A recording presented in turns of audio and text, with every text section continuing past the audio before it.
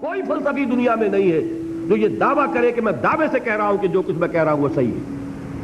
لیکن نبیوں کا معاملہ وہ ہے کہ انہوں نے کہا ہم دعوے سے کہتے ہیں جو بات ہم تک پہنچی ہے وہ صحیح ہے، اس میں کسی شک و شبے کی گنجائش نہیں. آپ نے نوٹ کیا ہوگا سورہ بقرہ کی پہلی آیت کیا ہے؟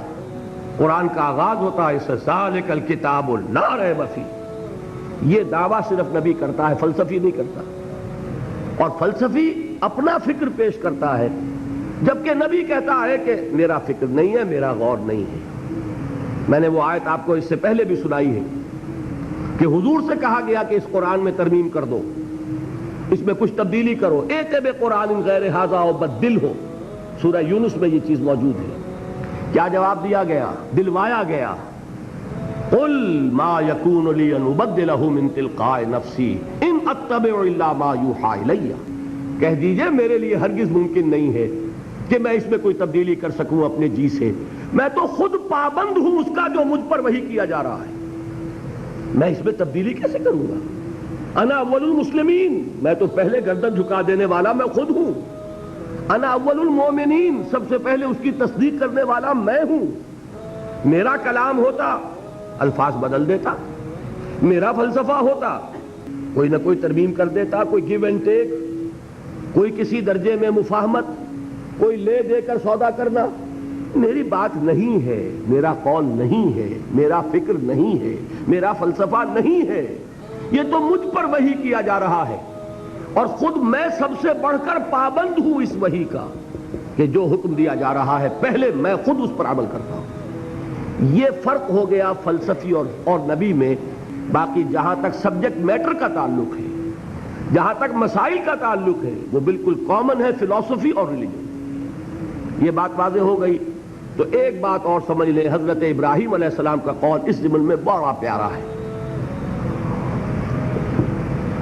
سورہ مریم میں آتا ہے، انہوں نے اپنے والد سے یہ بات کہی،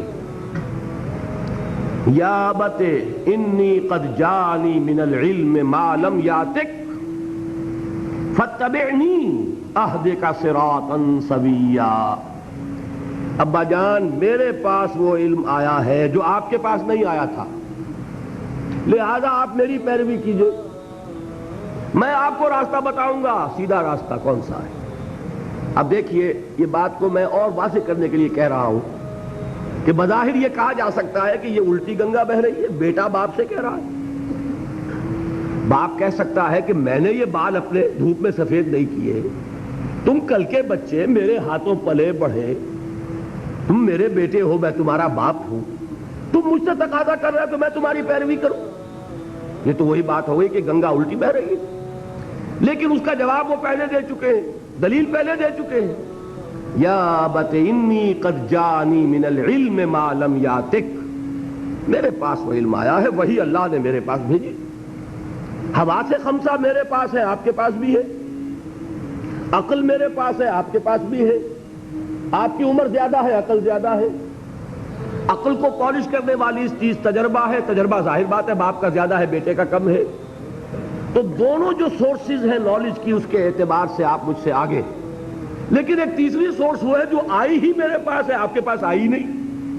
اس دلیل کی بنیاد پر میں آپ سے یہ مطالبہ کر رہا ہوں کہ آپ کو میری پیروی کرنی ہوگی.